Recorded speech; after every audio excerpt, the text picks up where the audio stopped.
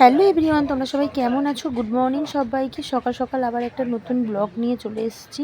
তো তোমরা কেউ ভিডিওটা স্কিপ করো না, পুরো ভিডিওটা দেখতে থাকো।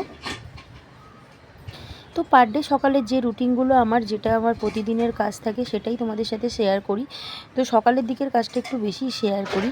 আর সকালবেলা ঘুম থেকে উঠে আমি স্নান করে এসেছি। স্নান করে এসে কাঁচা ছিল, অনেকটা কাঁচা ছিল, কেচে টেচে নিয়েছি। কেচে নেওয়ার পরে এলাম, এসে তারপরে এসেছি স্নান করে, ভালো করে স্নান টান করে এসে এখন এসেছি বোতল ভরতে। মানে এটা হচ্ছে সারাদিনের যত বোতল পড়ে সেই বোতলগুলো আমাকে ভরে নিতে হয় সকালবেলা। আর আমাদের পাম্পে জল তোলা থাকে, সেই জলগুলোই আমি বোতলের মধ্যে ভরে নিই। তো যাই হোক না কেন, বোতল হয়েছে 1 গামলার। এখন যা গরম পড়েছে, জলটা লাগছে প্রচুর পরিমাণে। আর প্রচুর পরিমাণে মানে অনেক জল লাগছে। সারাদিনে যে কত পরিমাণে জল, মানে যত বোতল ভরছি সব বোতল সকালের মধ্যে শেষ হয়ে যাচ্ছে। তাও না হোক 20-25টার বেশি বোতল শেষ হয়ে যাচ্ছে। মানে আমাদের ঘরে 5জন ফ্যামিলির মধ্যে 20-25টা এরকম বড় বড় বোতল, তো বেশিরভাগ বড় বড় বোতল। মানে একজন জল খেয়ে নিচ্ছে 3-4 বোতল। সকালবেলাই তোমার শেষ হয়ে যাচ্ছে, 8-10 বোতলের উপরে শেষ হয়ে যাচ্ছে। এত পরিমাণে গরম পড়েছে। এখন দুদিন তো একটু একটু ঠান্ডা আছে, মানে দুদিন বলতে ভোরের দিকে বেশ একটু ঠান্ডা ঠান্ডা লাগে, ঘুমটা বেশ ভালো হয়। আর মেয়ের স্কুলটা ছুটি আছে বলে এখন ঘুম থেকে উঠতে আমি একটু দেরি করছি। মানে কালকের আর আজকের ছুটি, আর কালকে ছুটি গেছে, যেহেতু পরীক্ষা শেষ হয়েছে, শেষ হওয়ার পরে ছুটি পড়েছে, দুদিন ছুটি দিয়েছে। আর ঈদের ছুটি, আজকে তো ঈদের ছুটি আছে। আর আমি ভরে নিচ্ছি যে সকালবেলা দেখতে পাচ্ছ কত বড় বড় বোতল, আর 2-4টে ছোটো ছোটো বোতল আছে। বেশিরভাগ এরকম বোতল আছে প্রায় 25-30টা। আর পার ডেই বোতলগুলো এরকমভাবেই মানে এরকম শেষ হয়ে যায়। শীতকালে বোতল এত লাগে না, কিন্তু গরমকালে প্রচুর বোতল লাগে। ফ্রিজেও যা থাকে মাঝে মাঝে সব বেরিয়ে যায়। আর লোকজন এলে তো দুবার বোতল ভরতে হয়, সকালবেলা একবার ভরতে হয়, আবার সন্ধ্যাবেলা মানে বিকেলবেলা একবার ভরতে হয়। তো সকালবেলা আমার পার ডে রুটিন হচ্ছে এই কাজটা দিয়েই শুরু হয়। এখনও আমি কিন্তু ভাত রাত কিচ্ছু বসাইনি। তারপরে আগে স্নান করে এসছিলাম, এসে দেখছি পর্দাটা অনেকটা নিচু হয়ে গেছিলো। আবার পর্দাটা কেটে পর্দার তার কেটে আমার সেই পর্দাটা ঠিক করলাম। করে নেওয়ার পরে এখন এসছি বোতল ভরতে। আর এখন কটা বাজে জানো? প্রায় 9টা 9:30 বাজতে যাচ্ছে। আর আমার ঘুম থেকে উঠে দেরিও হয়ে গেছে আজকের একটু। 7টার পর ঘুম থেকে উঠেছি, আর অন্য দিন উঠি 5:30টায়। তো 7টায় ঘুম থেকে উঠে স্নান করা কাচা তাই করতে করতেই প্রায় 8:30 বেজে গেছে ঘরে আসতে আসতে। আর আমাদের স্নান করতে যেতে হয় নিচে, মানে আমরা থাকি দোতলায়, নিচতলায় হচ্ছে জল, টাইম কলের জল। এবার টাইমে টাইমে জল আসে, মানে 9:30 অবধি জল থাকে। তার মধ্যে স্নান টান কাচাকুচি সব করে চলে আসতে হয়। তো যাই হোক, এখানে আমার বোতলগুলো ভরা হয়ে গেছে, বোতলগুলো গুছিয়েও নিলাম। আর বালতিগুলো মেজে রেখে দেবো। আর এই চলে এসছে এবার বালতিগুলো মাজতে। বালতিগুলো মেজে নেবো আর হাঁড়িগুলোও মেজে নেবো, কারণ এতে সব পাম্পের জল রাখা ছিল তো। আর মেজে উপর করে রাখলে বালতি টালতিগুলো ফুটো হবে না। আর না মেজে উপর করে রাখলে যদি তলায় জল থাকে, পরে আবার বালতিটা ফুটো হয়ে যেতে পারে বা হাঁড়িটা ফুটো হয়ে যেতে পারে। ওই জন্য যখনই জলটা শেষ হয়ে যায় আমি কি করি বলো তো, মেজে ঘষে ভালো করে উপর করে রেখে দিই, যাতে পরে আবার মানে পরে যখন জল ভরা হবে তখন যেন জিনিসটা ফুটো না হয়ে যায়, তাহলে অনেক দিন ব্যবহার করা যাবে। কারণ শুনেছি জল থাকলে বেশি অনেক দিন ধরে জল রেখে দিলে না বা জিনিসপত্র ফুটো হয়ে যায়। তার জন্য যখনই জল শেষ হয়ে যায় মেজে ঘষে উপুর করে রেখে দিই, যাতে জিনিসটা ফুটো না হয়ে যায় বা কিছু না হয়। তো এগুলো বালতির মধ্যেই ঢুকিয়ে রাখবো। আর এগুলো দেখতে পাচ্ছ বালতিগুলো ভালো করে মেজে দিচ্ছে। আর এই বালতিগুলো আমার শাশুড়ির আমলের, মানে শাশুড়ির আমলের বালতি, অনেক বছরের বালতি, তো আজ অবধি পুরনো হয়নি। দেখতে পাচ্ছ যেমন বালতি তেমনই আছে। তো আমার বালতিগুলো মাজা হয়ে গেছে। মাজা হয়ে যাবার পরে আমি চলে এলাম ঘরটা মুছতে, কারণ ঘরটায় বোতল ভরেছিলাম, তো সারা ঘরটায় জল পড়ে চারিদিকে হয়ে গেছিলো, একাকার কাণ্ড হয়ে গেছিলো। তো আমি চলে এলাম ঘরটা মুছতে। ঘরটা মুছে নেবো, যেহেতু মা সকালবেলা একবার ঘর মুছে নেয়, তাহলেও আমি যখন বোতল ভরি তখন ঘরে তো জল ভরে, জলটা একটা ভিজে ন্যাকড়া দিয়ে মুছে নিলে কি বলো তো, ঘরটা শুকিয়ে যায়। যতই জল জল থাকলে ঘরটা দেখতেও ভালো লাগে না। আর বোতল ভরলে কি বলো তো, জল ঘরে পড়বেই। আর এত বোতল যতই গামলার মধ্যে দিয়ে ভরি না কেন, জল তো পড়েই যাবে বলো। তো তার জন্য যাই হোক ঘরটা মুছে নিলাম, পরিষ্কার করে মুছে নিলাম। এবার মুছে নিয়ে যে চায়ের সসপেনগুলো আছে ওগুলো টপ টপ করে মেজে নেবো, কারণ চায়ের সসপেন মেজে নেবো, হাঁড়ি টাড়িগুলো সব মেজে নেবো। মেজে এগুলো ধুয়ে নেবো। আর আমাদের জল কি বলো তো, সব বাইরে থেকে নিয়ে এসে এখানে রাখতে হয়। আর আজকের মেয়ের জলটাও ফ্লাক্সে ফুটিয়ে নেওয়ার পর, ফ্লাক্সটা আজকে 2-3 দিন ধরে না মাজা হচ্ছিল না, তা আগে ফ্লাক্সটা ওর জন্য মেজে নিলাম। আর সকালবেলা কি বলো তো, আমার মানে কি যে রানিংসে কাজ থাকে সেটা তোমাদের বলে বোঝাতে পারবো না। সকালবেলা এখনও আমি রান্না বসাইনি, রান্না বসাতে মনে হচ্ছে আজকে 9:30 10টা বেজে যাবে।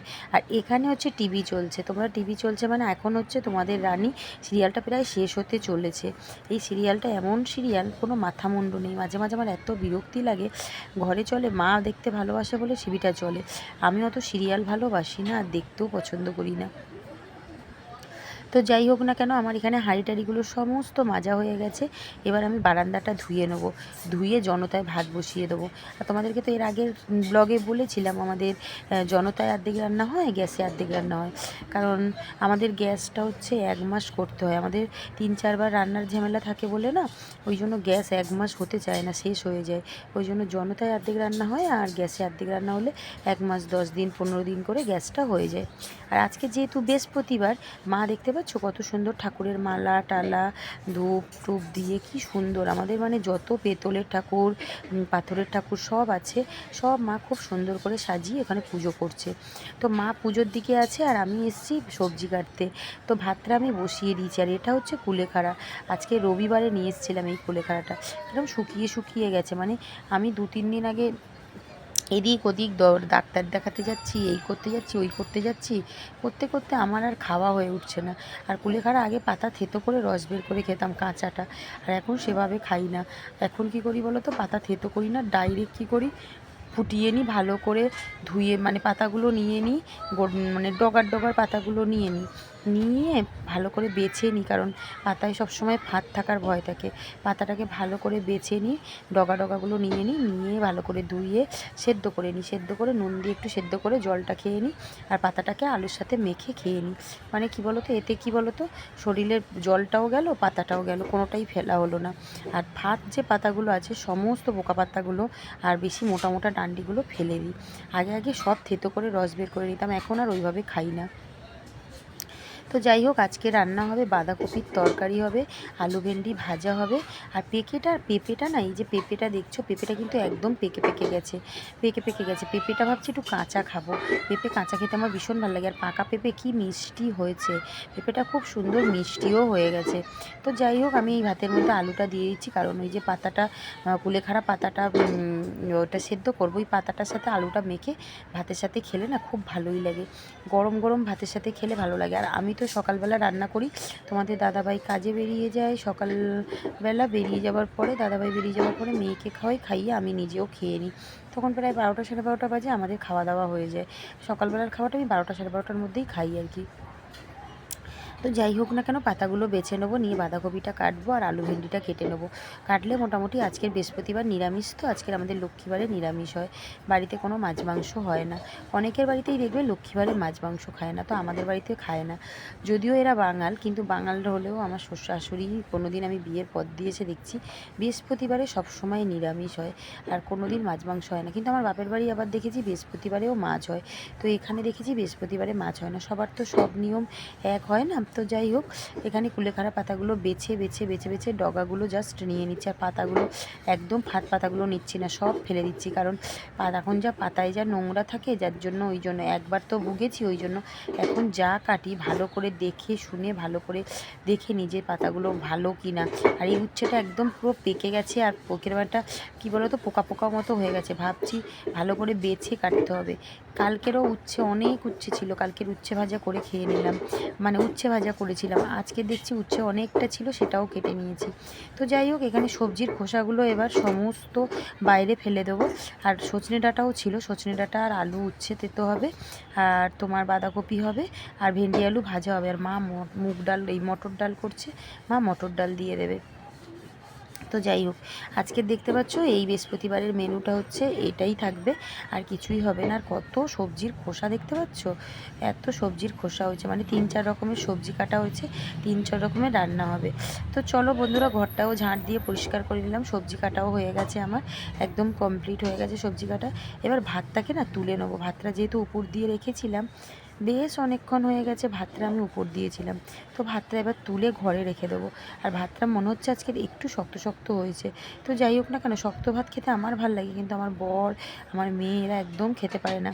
তো যাই হোক, আজকের একটু শক্ত শক্ত হয়ে গেছে, মানে করিনি, এটা হয়ে গেছে। তো তারপরে ছিল, আমি রান্নাবান্না করলাম, করার পরে তোমাদের দাদাভাই খেয়ে অফিস চলে গেছে, মেয়ে খেয়ে স্নান করিয়ে দিয়েছি, আর আমি খেতে বসেছি প্রায় 12:30 মতো বাজে। আর আজকে দেখেছো ওয়েদারটা একটুও রোদ্দুর ওঠেনি, কিচ্ছু ওঠেনি।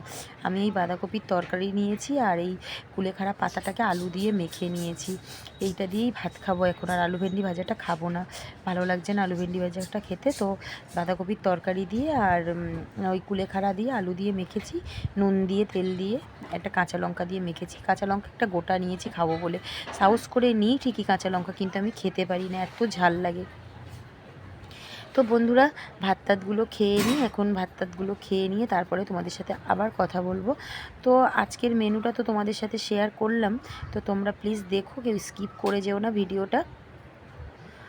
তো তারপরে খেয়ে দিয়ে চলে এলাম, আমার শাশুড়ি মা ভাজছিল মটর মানে ছোলার ডালের বড়া ভাজছিল। তো মা আমাকে 4-5টা বড়া দিয়েছে হাতে, তো বড়াগুলো খাবো। খেয়ে ভাবছি মাথায় একটু তেল দেবো, কালকের মাথা শ্যাম্পু করব, চাদর টাদর কাচবো, বিছানার চাদর পাল্টাবো, কারণ বিছানার চাদর টাদর সমস্ত নোংরা হয়ে গেছে। আর এখন হচ্ছে মাথায় তেল দিয়ে নেবো। আর এখন কটা বাজে বলো তো, 1টা বেজে গেছে। আর আমি খেয়ে উঠেছি 12:30, বাসন টাসন মাজলাম। তো মা বলছে বড়া ভাজা খাবে, ছোলার ডালের বড়া। তো মটর ডালের বড়া আমি খাই না, মটর ডাল খেতে ভয় লাগে এলার্জির। তো মা ছোলার ডালের বড়া করেছে বলে বেশ 5-6টা দিয়েছে মা, খেলাম, বেশ ভালোই হয়েছে 5-6টা খেতে। তো একটু জল খেয়ে নিই, জল খেয়ে নিয়ে এখন চুলে তেল দেবো, তেল দিয়ে চুলটাকে ভালো করে আঁচড়াবো। আর আমি না প্রতিদিন চুল আঁচড়াই না, আমার এই বদরোগ হচ্ছে, প্রত্যেক দিন চুল আঁচড়াতে না আমার একদম ভালো লাগে না। কোনো রকম চুলটাকে গুটিয়ে নিয়ে জোড়ো করে নিয়ে ঘুরে বেড়াই। মানে চুলে যে আমার আঁচড়াতে এত এনার্জি লাগে না, কেন এনার্জি পাই না, ভালোই লাগে না চুলে তেল দিয়ে যে চুলটা আঁচড়াবো, এরকম ভালোই লাগে না। তো যাই হোক, চুলে নারকেল তেল দিচ্ছি, ভালো করে চপচপে করে নারকেল তেল দিয়ে নিচ্ছি, দিয়ে চুলের জটটাকে ছাড়াবো। বেশ 2-3 দিন হয়ে গেছে মাথাটাকে আঁচড়াইনি, চুলে কিন্তু পুরো প্রচুর জট পড়ে গেছে। আর চুলটা না ছাড়ালেও কেমন যেন অদ্ভুত লাগছে। কালকে যখন শ্যাম্পু করব তারপরে চুলটা আমি আর ছাড়াতেই পারবো না, যদি না এখন আমি ছাড়িয়ে নিই ভালো করে। তো ওই জন্য চুলে ভালো করে নারকেল তেল একটু চপচপে করে দিয়ে নিলাম, দিয়ে এবার মাথাটাকে ভালো করে আঁচড়ে নেবো, কারণ আস্তে আস্তে। আর আমার মাথা আঁচড়ানো রে বাবা, আমি যা চুলকাচ্ছিল মধ্যিখানে, কী না করেছি মাথার জন্য। পাতিলেবু দিয়েছি, পাতিলেবুর রস দিয়েছি, দিয়ে তারপরে আবার ভালো করে 1টা দিন না 2টো দিন 3টে দিন ধরে দিয়েছি, ভালো করে নারকেল তেলের সাথে মিশিয়ে দিয়েছি, সরু চিরুনি দিয়ে পার ডে আঁচড়াতাম। মাথায় শুধু খুশকি আর খুশকি, মানে এত পরিমাণে খুশকি হয়েছিল যে চুলটা আমার জাস্ট চুলকে ছিঁড়ে যেত এরকম মনে হতো। তো যাই হোক, মাথাটা আঁচড়ে নিচ্ছি, আঁচড়ে দেখো চুলে কত জট পড়েছে। মানে 3-4 দিন চুল না আঁচড়ালে যা হয়, চুলটা একদম মানে গেয়ে হয়ে গেছে, জট পাকিয়ে গেছে। তা ছাড়াতেও কি অসুবিধে হচ্ছে, আর লাগছেও প্রচুর চুলের মধ্যে। তো যাই হোক না কেন, তার জন্যই আমি যাতে না চুলটা ভালো করে আঁচড়াতে পারি, তার জন্য কিন্তু তেল দিয়ে দিয়েছি। তেল দিয়ে দিলে কিন্তু চুলটা ছাড়াতেও সুবিধে হয়, আর জটটা খুব ভালোভাবে ছেড়ে যায়, ওই জন্য আমি চুলের মধ্যে তেল দিয়ে দিয়েছি। আর তোমরা হয়তো ভাবছো যে বৌদিমণি আগের মতো আর ব্লগ দেয় না। হ্যাঁ গো, আগের মতন আর ব্লগ দিতে ইচ্ছে করে না, ভালো লাগে না, আর ইচ্ছেও করে না, তার জন্য ব্লগ দেওয়া হয় না আগের মতো। তো চুলটাকে ভালো করে আঁচড়ে নিয়েছি, এবার তুলে নেবো, তুলে একটা ক্লিপ দিয়ে যেরকম নর্মাল রেখে দিই ওইভাবেই রেখে দেবো। তো আজকের ব্লগটা যদি ভালো লেগে থাকে লাইক করো, কমেন্টস করো, সাবস্ক্রাইব করো।